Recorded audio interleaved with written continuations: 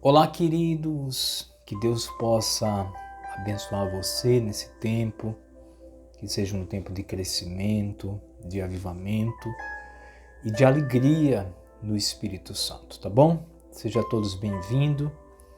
Nós estamos no terceiro devocional falando um pouco sobre a igreja primitiva, alguns pontos, interessantes sobre a igreja primitiva. Então, o último, eu falei sobre a importância da oração. Como a igreja primitiva, ela se movia através da oração, O primeiro eu falei sobre a importância da palavra na igreja e eu falei no último sobre a oração. E nós vamos continuar um pouquinho ainda mais conversando acerca da oração, desse tempo tão precioso que é nós orarmos, que é nós buscarmos ao Senhor, tá bom?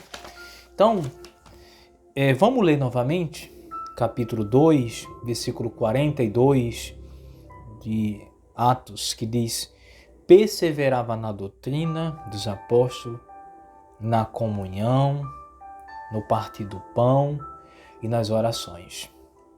Então veja que a Bíblia ela fala sobre a doutrina dos apóstolos, a palavra de Deus. Ela fala da comunhão, do povo estar junto, do povo estar conectado. Então a igreja primitiva ela tinha uma conexão, as pessoas andavam mais perto um do outro. Como é que nós vemos isso? Nós vemos também aqui no versículo 46 que diariamente eles perseveravam unanimemente no templo, então eles tinham o hábito de ir ao templo. Eles partiam o pão em casa, eles tinham o hábito de ter reuniões nas suas casas, Ele tomava as suas refeições com alegria e singeleza de coração. Então, algumas das características da igreja primitiva era uma igreja que orava, uma igreja que se dedicava à palavra de Deus, uma igreja que tinha tempos de comunhão. Por quê? Porque o Senhor Jesus diz que onde houver 2 ou 3 reunidos no mesmo propósito, Ele está no meio deles. Então a igreja em si tem que ter um momento de comunhão, de buscar, O versículo 44 diz que todos os que creram estavam juntos e tinham tudo em comum. Então, todos aqueles que estavam chegando à igreja primitiva, todos aqueles que estavam envolvidos com a igreja primitiva, eles tinham tudo em comum. Então, eles eram uma igreja que orava, eles eram uma igreja que vivia o verdadeiro evangelho, na simplicidade do que é um evangelho verdadeiro. Tá bom? Então, um pouquinho mais sobre a oração. A igreja primitiva tinha o hábito de se reunir para estar orando, para estar buscando, para estar clamando, A Bíblia fala aqui no capítulo 3 que Pedro e João subiam ao templo à hora da oração. Então, além deles terem o hábito de tirar o seu TSD, seu tempo sozinho com Deus, seu devocional, porque Jesus ensinou isso no capítulo 6 de Mateus. Entra no teu quarto, fecha a tua porta, ora o teu pai que está em secreto, e teu pai que vem em secreto te recompensará. É a oração silenciosa, a oração do seu devocional, do seu TSD. Eles tinham o hábito de orar sozinho, de buscar a Deus, mas eles também tinham o hábito de orar coletivamente. Então, eles subiam, A Bíblia diz que Pedro e João subiam ao templo à hora da oração. Hora nona, por volta de 3 horas da tarde, eles estavam indo à oração. E nós, como igreja da atualidade, nós não podemos perder esses exemplos bons que a igreja primitiva tinha, de orar junto, de estarmos juntos, de buscarmos a Deus junto. de estarmos reunidos verdadeiramente para juntos buscarmos ao Senhor. Eu quero ver com vocês também como eles tinham o hábito de orar junto. Aqui o capítulo 16 de Atos, né, e o versículo 12, né, diz o seguinte: e dali a Filipos, a cidade de Macedônia, primeiro do distrito e colônia, nessa cidade permanecemos alguns dias. Paulo contando sobre a viagem missionária dele.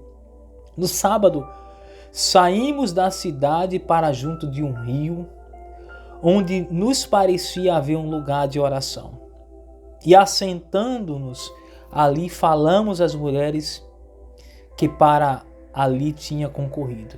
Então veja bem, eles saíram um pouco da cidade e eles foram buscar um lugar onde eles pensavam haver um lugar para orar, né? E fala que eles falaram da palavra de Deus para aquelas mulheres que estavam ali no rio, né? Estava ali com certeza lavando as suas roupas, né? E eles falaram da palavra de Deus. E lá tem uma mulher muito importante que é a Lídia, né? Da cidade de Tiatira, vendedora de púrpura, né? A Bíblia diz que era vendedora de púrpura, temente a Deus, que nos escutava e lhe abriu o coração para entender as coisas que Paulo dizia. Veja, o poder da oração, o poder da palavra. Paulo pregava e aquela mulher ouvia Paulo falar. E foi aberto o coração dela para entender aquilo que Paulo estava falando. Aí no versículo 15 diz que depois de ser batizada, ouviu a palavra, creu, foi batizada. Porque Jesus disse que aquele que crê e for batizado, ele será salvo. Olha que coisa forte. Ela só creu, ela era temente a Deus. Paulo só aperfeiçoou um pouco mais, só falou um pouco mais da palavra e ela creu. Aí o versículo 15 do capítulo 16 de Atos diz que depois de ser batizada, ela e toda a sua casa, não foi só ela, toda a sua família foi batizada, e nos rogou dizendo: se julgais que eu sou fiel ao Senhor, entrai na minha casa e aí ficai. E nos constrangeu a isso. Que coisa forte. Então veja que eles procuraram um lugar para a oração. E Deus permitiu, Deus trouxe até eles ali a oportunidade deles ministrar para essa mulher. Então a oração tem muito poder. A oração e a palavra de Deus junta tem muito poder. Então, além da igreja primitiva se reunir, além deles tirar o TSD, o momento sozinho com Deus, que Jesus ensinou, eles também tinham um momento coletivo deles.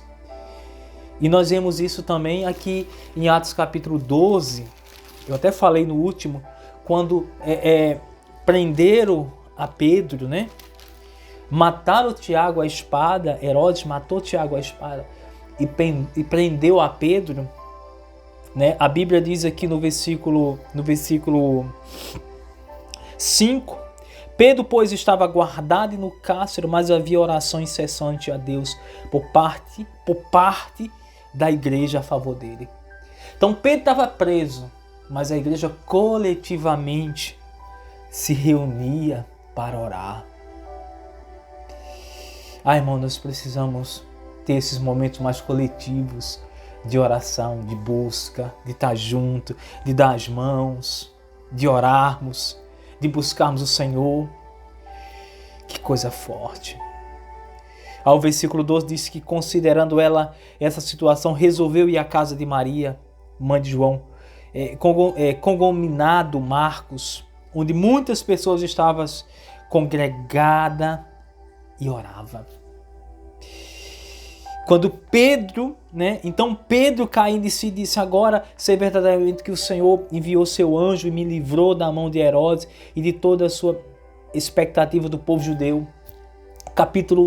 Versículo 11, né? Quando o anjo entrou ali, por causa da oração, né? Que soltou Pedro, ele estava preso, e o anjo entrou e soltou: levanta, Pedro, vamos embora, né?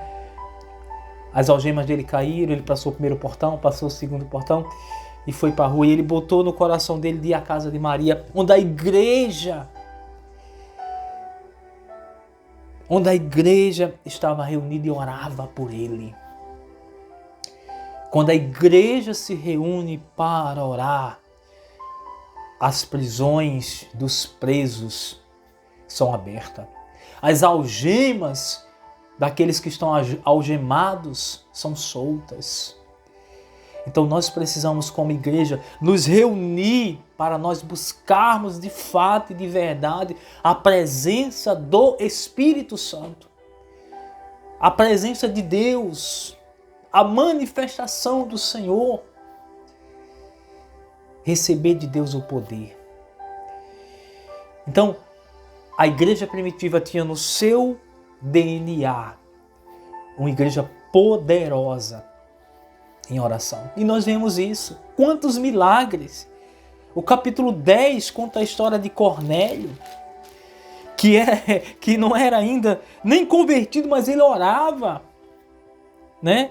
Ele orava, ele estava orando. Ele nem conhecia ainda o Senhor Jesus, mas estava orando. E ele teve uma visão, né, que mandou chamar Pedro para ensinar a palavra de Deus. Olha o versículo 10, capítulo 10, versículo 1 de Atos, para a gente encerrar. Morava em Cesareia um homem de nome Cornélio, centurião da corte chamada italiana, piedoso e temente a Deus com toda a sua casa, e que fazia muitas esmolas ao povo, e de contínuo orava a Deus. Esse homem observou claramente durante uma visão, cerca da hora 9, 3 horas da tarde, do dia, um anjo de Deus que se aproximou dele e disse: Cornélio. E ele, fixando os olhos e possuído de temor, perguntou: o que é, Senhor? E o anjo lhe disse: as tuas orações e as tuas esmolas subiram para a memória diante de Deus. Agora envia mensageiro a Jope e manda chamar Simão, que tem por sobrenome Pedro. Ele está hospedado com Simão curtidor, cuja residência está situada à beira do mar. Logo o anjo se retirou. Logo que o anjo se retirou, chamou 2 dos seus domésticos e um soldado piedoso do que estava a seu serviço, e havendo-lhe contado tudo, enviou a Jope. A oração tem poder de trazer convenções. Cornélio manda chamar Pedro, para Pedro falar quem era esse Jesus. E o mais interessante é que quando os homens chegam na casa de Pedro, Pedro também estava orando, né? Ele ia preparar ali o alimento dele. Olha o versículo 9. No dia seguinte, indo eles de caminho, estando já perto da cidade, subiu Pedro ao telhado ou ao eirado por volta da hora sexta, a fim de orar. Pedro também estava orando. Então por que a igreja primitiva ela era tão poderosa? Porque os irmãos da igreja primitiva oravam. O que nós estamos precisando nesse tempo não é de novas estratégias, são de velhas orações, são de velhos hábitos de orações. Nós estamos perdendo muitas vezes o hábito de orar, de clamar, de buscar coletivamente. E eu quero motivar você, meu irmão, minha irmã, que está assistindo esse pequeno devocional, a se levantar em oração, a clamar ao Deus do céu por milagre, por salvação e pela abertura das prisões aos presos que estão presos e cegos pelo Deus desse século, para que o Senhor Jesus possa salvá-los e libertá-los. Tá bom? Deus te abençoe. Deus abençoe sua casa, sua família. Permanece na fé, permanece orando, porque quem ora recebe milagre. Tá bom? Até a próxima, em nome do Senhor Jesus. Fique com Deus.